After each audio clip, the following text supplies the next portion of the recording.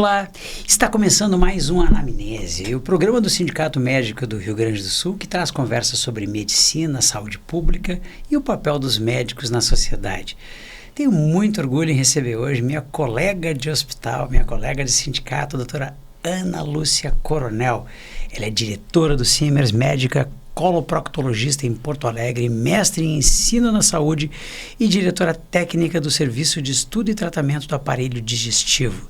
Ela também atua no corpo clínico do Hospital Moinhos de Vento e da Santa Casa de Misericórdia de Porto Alegre, onde coordena o ambulatório de distúrbios de evacuação e reabilitação pélvica. No episódio de hoje, vamos conhecer a trajetória, sua visão sobre os desafios da medicina e o impacto da coloproctologia na saúde e prevenção das doenças. Seja muito bem-vinda, prazer enorme poder conversar, dessa vez oficialmente, em público contigo. Muito obrigada, agradeço imensamente a oportunidade, fico muito feliz de estar aqui, além do trabalho que a gente sempre enfrenta, poder conversar um pouquinho sobre a medicina, sobre essa área que eu gosto tanto de atuar. E é sempre muito bom, né, a gente poder conversar não só com os colegas, mas com a população sobre temas importantes como prevenção e autocuidado, né? Deixa eu perguntar uma coisa que eu sempre pergunto para todo mundo. A pequena Aninha andava pela cidade, estava no colégio e tal. O que deu na tua cabeça de fazer medicina? Não tinha trajetos mais fáceis na vida? Com certeza tinha. Na verdade, eu nem tenho esse ponto de virada, assim, né? Parece que eu cresci com essa ideia na cabeça. Eu acredito que tenha sido uma relação muito precoce que eu tive com o adoecimento do meu avô, com contato com os cuidados com ele, com médicos. Eu tenho um irmão 2 anos mais velho que é cardiologista. Antes de mim, ele já começou a falar em medicina, em ser médico, aquilo me chamou a atenção, eu comecei e cresci com essa ideia, né? Sempre achei muito bonita, assim, a posição do médico, do cuidado, a importância que os médicos exerciam nas famílias, na sociedade, assim, sempre achei uma trajetória muito bonita e aquilo me atraiu e fui nessa direção, né?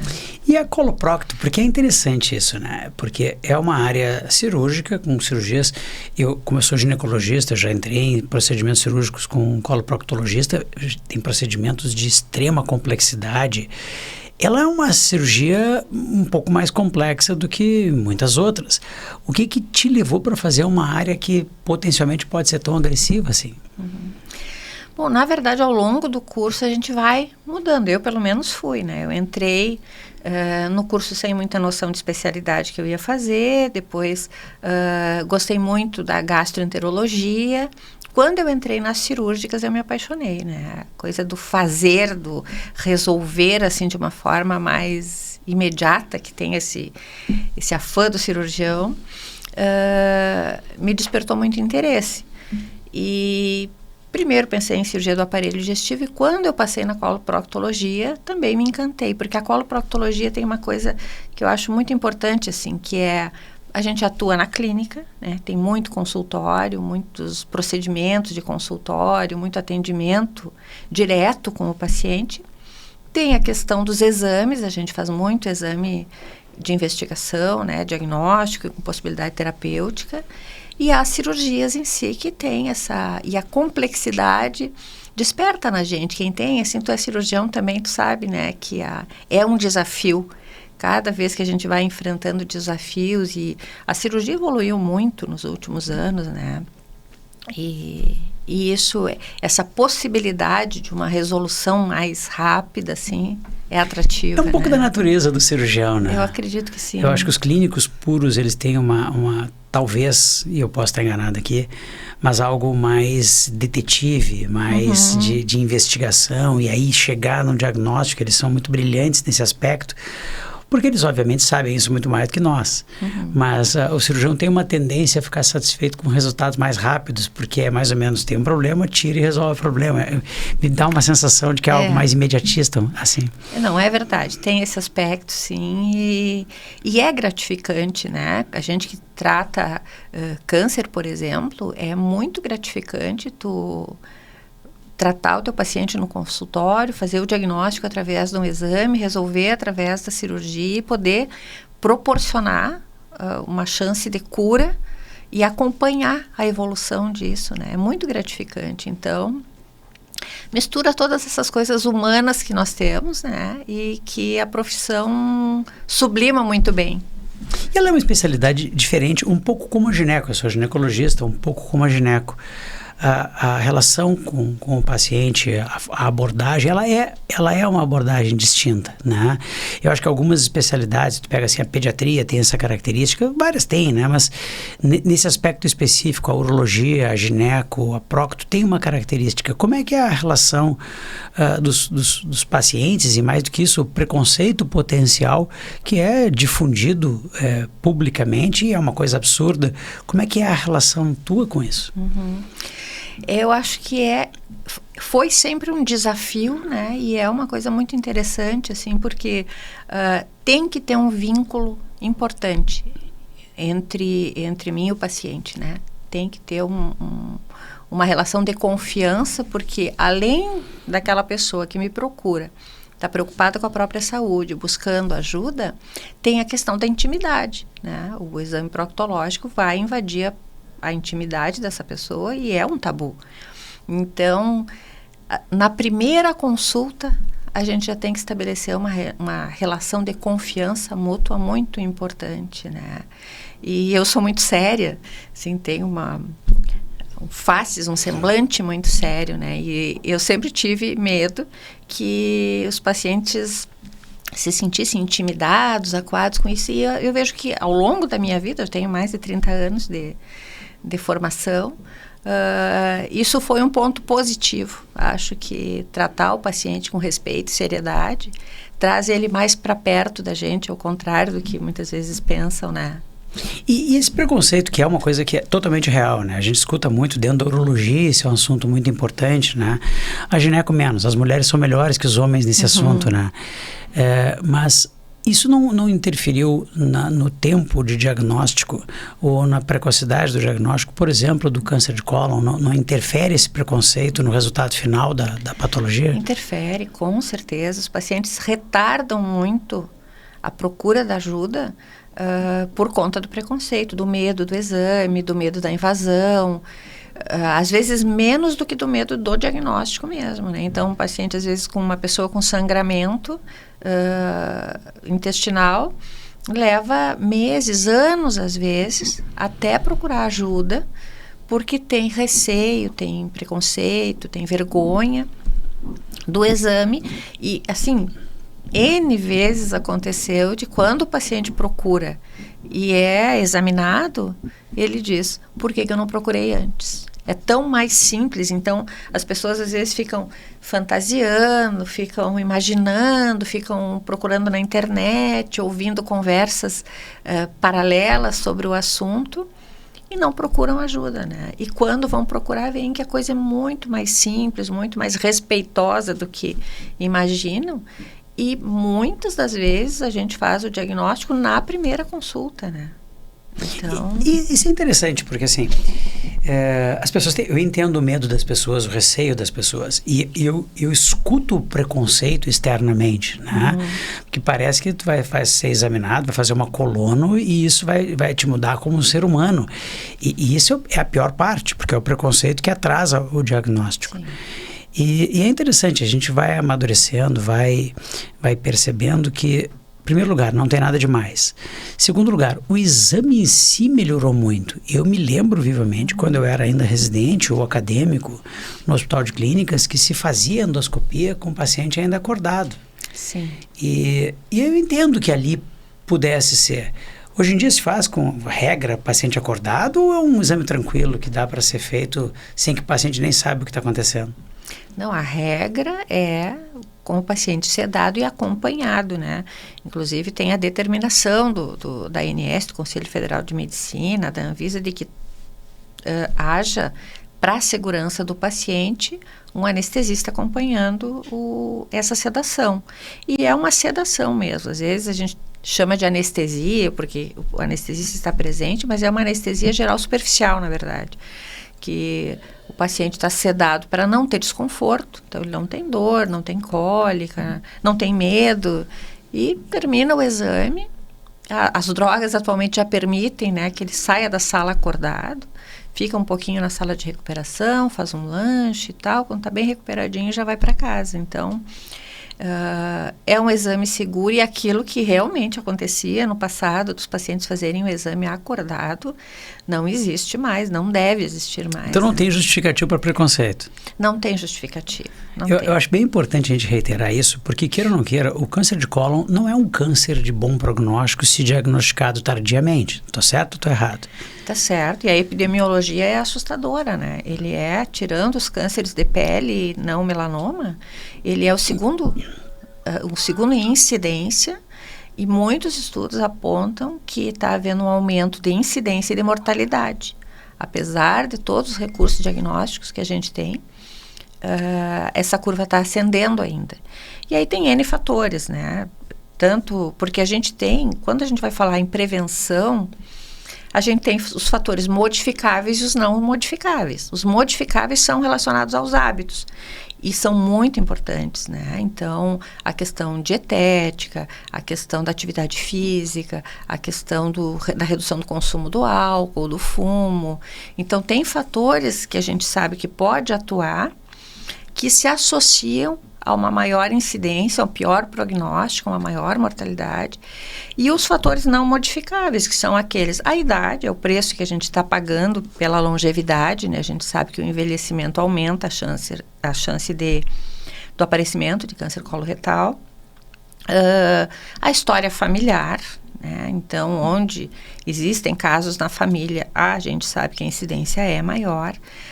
Doenças, síndromes, algumas síndromes, por exemplo, síndrome de Lynch, algumas outras síndromes genéticas que aumentam a chance do desenvolvimento de câncer coloretal, a existência de pólipos, doenças inflamatórias intestinais de longa data, são coisas que são inerentes ao indivíduo. E é aí que a gente atua no rastreamento. Às vezes as pessoas nos procuram para fazer colonoscopia, por exemplo, dizendo, eu vim fazer um exame de prevenção. Na verdade, não é. É rastreamento. Né? A prevenção, a gente atua lá nos fatores primários. No rastreamento, então, que aí é onde entra a colonoscopia, o que a gente procura? A gente procura lesões pré-malignas, porque existe um caminho bem definido já pelos estudos que a grande maioria dos cânceres coloretais começa numa lesão benigna, num pólipo, que é removível durante o exame, a gente já retira, e é um câncer que aquele indivíduo vai deixar de ter, né? Então, o câncer coloretal, ele é evitável, na grande maioria dos casos é evitável e é curável quando diagnosticado em fase precoce. Tem um bom prognóstico nessa situação. Quando é que um indivíduo, seja homem ou mulher, se tem diferença, tem que fazer uma coluna? Eu não tenho nada. Quando é que eu tenho que fazer uma coluna, doutora Ana? Quando não há fatores de risco desses que eu falei, de histórico familiar, de sinais de alerta, que a gente vai mencionar daqui a pouquinho, os guidelines mudaram um pouco, né? Até bem pouco tempo era 50 anos, a partir dos 50 anos começar os exames de rastreamento. O guideline norte-americano mudou recentemente e a maioria dos serviços tem seguido nas áreas de alta incidência. O Rio Grande do Sul é uma área de alta incidência. Então, a gente começa aos 45 anos se não há fator de risco, só para rastreamento mesmo. Então, eu não tenho nada, não sinto nada, estou levando minha vida bem, fiz 45 anos. Vai fazer o primeiro exame de rastreamento. O padrão ouro para esse rastreamento é a colonoscopia. Né, que permite um diagnóstico, tem mais alta sensibilidade e especificidade, né? Então é o padrão ouro. Quando há algum impedimento, seja por razão clínica inerente ao próprio paciente ou por algum impedimento relacionado a convênio, a custo, enfim, acesso, pode ser feita a pesquisa de sangue oculto nas fezes, né? E aí tem vários métodos, mas enfim, pode ser usado nessas circunstâncias.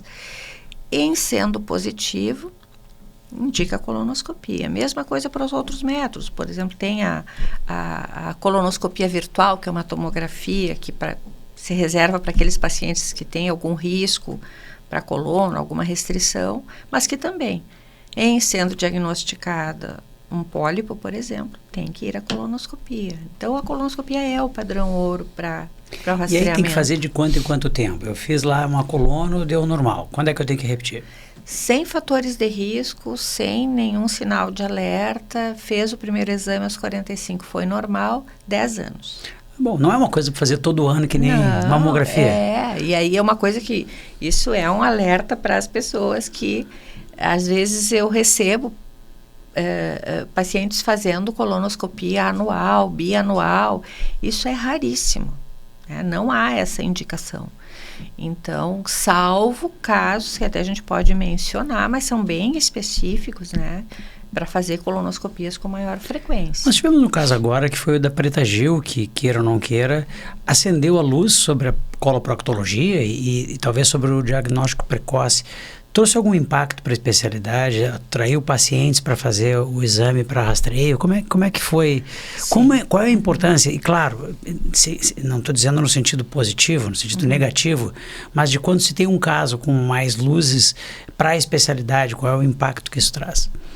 Com certeza, teve um grande impacto, né? Como foi muito divulgado, uma pessoa jovem que teve um câncer tão agressivo que, apesar de ter acesso a todos os recursos e ela buscou, teve um desfecho ruim, as pessoas se assustam, né? As pessoas veem que isso acontece e que é possível e que não é tão distante assim e que não há cura muitas vezes, né? Infelizmente, no caso dela, foi provavelmente diagnosticado mais tarde e um câncer muito agressivo, e aí a gente sabe que quanto mais jovem, em geral, mais agressivo é. Então, é um alerta para as pessoas mais jovens que, havendo sinais de alerta, por exemplo, sangramento, emagrecimento, alteração de hábito intestinal, dores abdominais de origem inexplicada, deve procurar, no mínimo, uma avaliação para não retardar o diagnóstico, né? Então, eu naturalmente faria uma colonoscopia aos 45 e depois a cada 10 anos. Mas quando é que eu devo pensar na possibilidade de ir num proctologista, falando especificamente sobre o colono e especificamente sobre a questão de rastreamento precoce? Quando é que eu digo assim, olha, eu acho que eu tenho que ir num procto? Esses sinais de alerta são as red flags intestinais, né? Então, o sangramento é um sinal de alerta sempre. Não existe sangramento normal, né? Não existe sangramento intestinal normal. Sangramento é sinal de alerta. Pode ser hemorroida? Pode ser doença diverticular, pode ser angiodisplasia, pode ser doença inflamatória e pode ser câncer. Então, sangramento, tem que fazer uma avaliação. Sangramento aquele vivo ou um sangramento mais escuro? O que é o mais comum? O mais comum é o sangramento vivo de origem anal ali, pelas doenças anorretais, mas que às vezes é pólipo, às vezes é tumor. Então, não existe o fato de doer, o fato de ter algum outro inchaço. Não, muitas vezes, assim, a gente recebe paciente que tem um diagnóstico, ou autodiagnóstico, às vezes até um diagnóstico médico de doença hemorroidária, e a gente vai investigar melhor e é um câncer coloretal, um pólipo se desenvolvendo. Então, sempre tem que ter uma avaliação mais cuidadosa, né? Alteração de hábito intestinal, esse é um sinal bem importante. Então, o intestino funcionava normalmente, de repente constipou ou desenvolveu diarreia. Sinal de alerta, tem que ver o que está acontecendo. É sinal de câncer coloretal? Não necessariamente. Existem muitos outros fatores que podem estar contribuindo. Mas é um sinal de alerta e tem que ser investigado. Emagrecimento de origem desconhecida. Não está fazendo dieta, não está tomando remédio, não teve nenhum fator que justificasse o emagrecimento e está emagrecendo, tem que verificar, tem que ver o que é. Anemia de origem também desconhecida, fez um hemograma por uma razão outra e diagnosticou anemia. Tem que investigar melhor, porque eventualmente é uma perda oculta pelo aparelho digestivo. Então, é um sinal de alerta também. Então, esses sinais, assim, são sinais de preocupação. Tem que ver, né? Dor abdominal também de origem desconhecida, começou com uma cólica que não tinha, ruídos às vezes que não tinha. É um sinal de alerta. Então, uma coisa que eu sempre digo, assim, a gente tem que observar o próprio corpo, né? Tem que ver, a gente tem que se conhecer para saber quando as coisas estão mudando, para então buscar a negação não é um perigo, isso. Porque isso é bem interessante. A gente vê muito frequentemente isso em médicos. Estou dizendo aqui sem medo de errar. O médico passa a vida diagnosticando e ele perde o diagnóstico em si mesmo. Verdade. E por quê? O que acontece conosco? Bom, nós médicos temos vários fatores. Uma é a negação. Outra é aquela sensação de que a gente está acima, por tratar, por curar, que a gente está acima do risco. Né? Tem aquela onipotência por trás da nossa atuação, da nossa fantasia.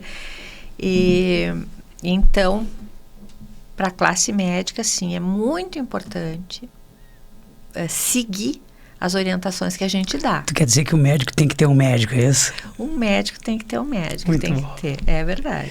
E deixa eu te perguntar uma coisa, eu te conheci como coloproctologista, minha colega no Hospital Presidente Vargas, mas de repente eu conheci uma a gente sentou para conversar e eu descobri que ela sabia muito política. Eu fiquei meio chocado, porque não é uma coisa tão natural, né? Os médicos sabem medicina e de repente a Mônica sabia política. A Mônica Ana sabia política. De onde é que surgiu isso? Pois é, em algum momento da minha vida, tu sabe que eu me filiei ao Partido Novo, né? E o Partido Novo tem um slogan que diz: sair da indignação para a ação. E aquilo me fisgou.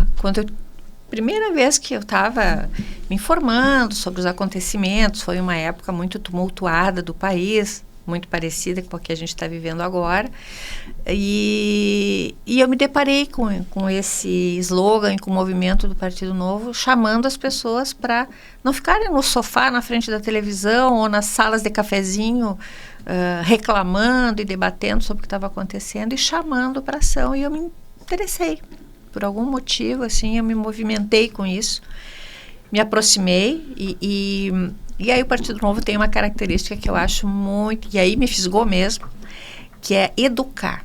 Então, eu cheguei muito crua, sem saber quase nada de política lá, e o Partido Novo oferece uma formação em política, né? Então, eu tive aulas com excelentes professores, com cientistas políticos, com indicações de leitura, e fui aprender sobre liberalismo, sobre economia, sobre política, para saber, afinal, do que se tratava aquele tema pelo qual eu estava me interessando. E aí fui mais fundo, né? Aí fui, inclusive, candidata a vereadora e depois a deputada, muito para ajudar essa bandeira que eu acredito muito, né? E também para motivar as pessoas. Eu acho que a gente tem esse papel, né? Quando tu ocupa um mínimo destaque no meio que tu vive, eu acho que é importante dar o exemplo, aquela história, né? A palavra ajuda, mas o exemplo arrasta. Mas é uma coragem grande de se expor, né? Não é tão fácil assim concorrer. E eu falo por muita experiência própria, eu sei o peso que é o teu nome ser colocado a público e é uma decisão difícil, assim. Como é que tu enfrentaste uma campanha eleitoral, assim? Eu acho incrível, eu fico muito orgulhoso pelo fato das pessoas se disporem, especialmente médicos, que nós temos poucos médicos que entram nesse tipo de caminho e são todos certamente muito meritórios, porque é importante para nós. Uhum. Como é que foi para ti? Foi bem difícil. Foi uma decisão bem difícil mesmo.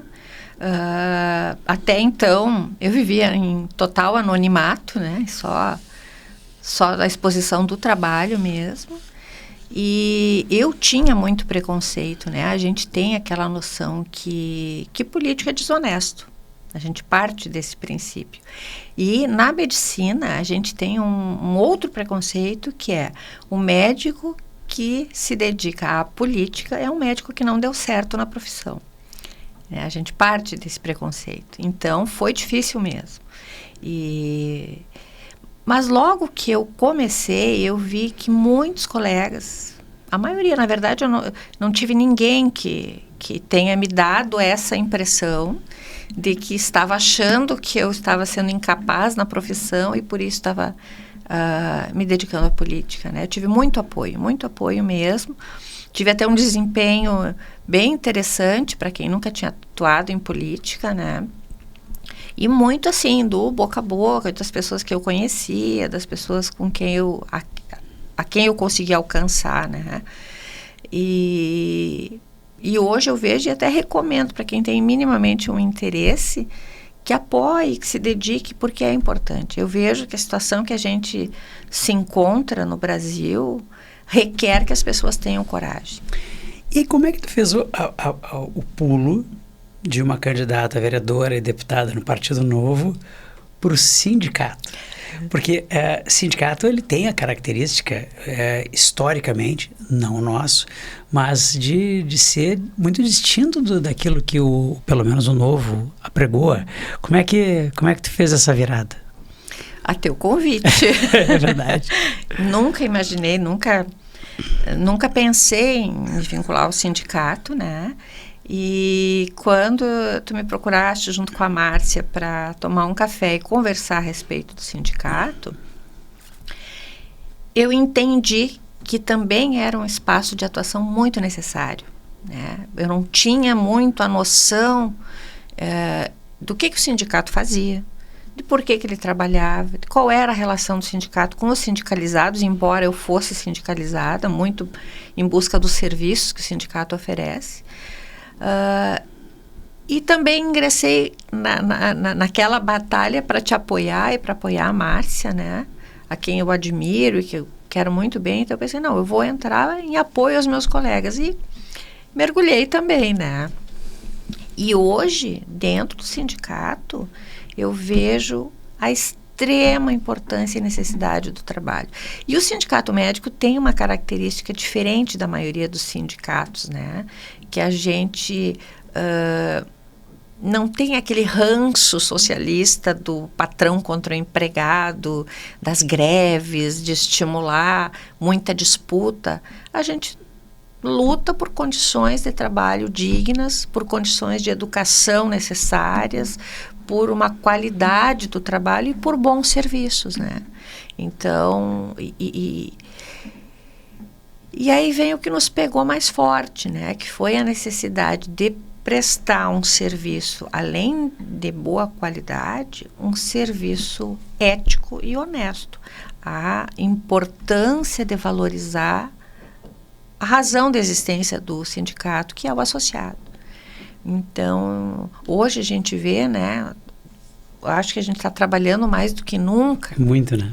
E a gente vê o quanto a profissão tem sido desvalorizada, o quanto os médicos têm trabalhado em condições ruins, o quanto a educação está decaindo e colocando em risco o futuro da medicina e da saúde da população.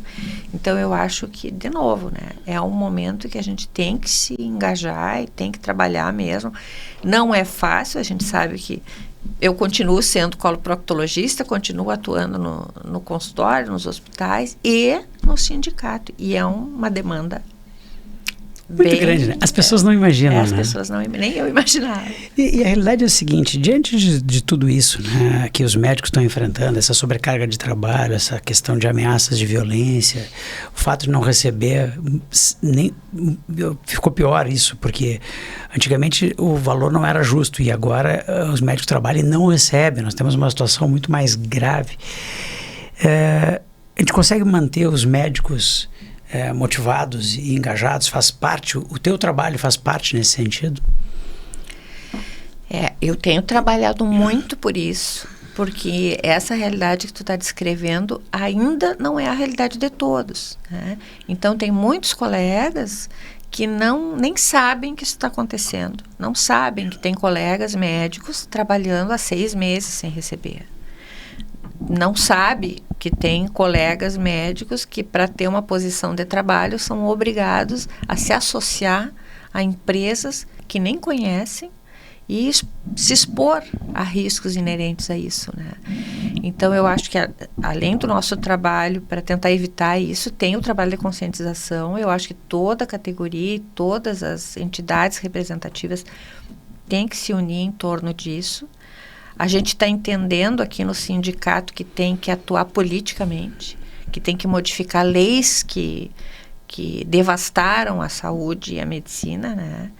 E é um ponto, eu acredito, eu tenho esperança que a gente ainda está num ponto em que é possível a virada. Eu tenho certeza. Então, mas tem que ter muita atuação, tem muitos interesses por trás desse caminho que se criou, né? E a gente vai ter que atuar fortemente. A gente tem, assim, dentro da medicina, meio que a tradição de muitos filhos de médicos se tornarem médicos. Então, a gente vê toda uma geração nova aí, começando com os mesmos sonhos e propósitos que a gente tinha no passado, mas com um caminho muito diferente, né? Então... Qual é a mensagem, Ana, que tu passaria para os jovens médicos e médicas que vão fazer uma trajetória, para os filhos dos colegas e para os nossos estudantes hoje? O que tu diria para eles, da tua experiência, tanto de engajamento político, quanto da atuação no sindicato, quanto de médica atuante na coloproctologia? Bom, vou começar mais ou menos com o caminho que eu fiz, né, com relação à medicina. Não se desapaixonem. Eu acho que a gente tem que manter esse amor pela profissão, esse interesse pelo aprendizado, essa curiosidade com relação. E hoje mais, sobretudo, mais ainda, né, com tantas novidades, com tanta tecnologia, com tanto conhecimento, com tão fácil acesso ao conhecimento. Às vezes a gente tem a impressão que parece que quanto mais acesso, menos procura, né? Então, procurem, aprendam, se informem, usufruam, porque a medicina é uma profissão maravilhosa. Quanto à questão política, é fundamental. É fundamental. A gente tem que conhecer, a gente tem que saber, porque são eles que modificam. Como eu disse há pouco, a política está destruindo a medicina de certo modo. Então, além de ser médico, a gente tem que ser engajado, a gente tem que impedir que haja a destruição, a corrosão da nossa profissão. E quanto ao sindicato médico, hoje eu vejo que também é uma atuação fundamental, que tem que ter médicos lutando por médicos, porque a gente entende, sabe quais são as nossas necessidades. A gente aqui dispõe de um time de trabalho com comunicadores, com advogados, com administradores, com contabilistas, enfim, um staff enorme. Mas a gente sabe que hoje esse staff nos entende porque nós contamos a eles como é que é a atuação médica. Nós, médicos, atuamos pelos médicos, para os médicos, por nós mesmos. Então, a gente não pode ficar de fora. Não pode ter a ilusão de que terão outras pessoas se interessando pela nossa vida. É a gente que tem que se interessar. Ana, muito obrigado. Foi um prazer enorme te receber. Como sempre, a gente sai daqui maior do que entrou. Como sempre, a gente aprende. Muito obrigado. E sucesso em todas as carreiras, especialmente na carreira de sindicalista, porque tem sido uma carreira muito brilhante. E cada dia aprendo contigo e cada dia eu me sinto mais bem representado aqui no município de Porto Alegre. Bom, eu agradeço imensamente a oportunidade e agradeço muito aquele cafezinho que me motivou a estar aqui. E a você que nos acompanha, siga nossas redes e uma semana que vem teremos um novo Anamnese. Muito obrigado.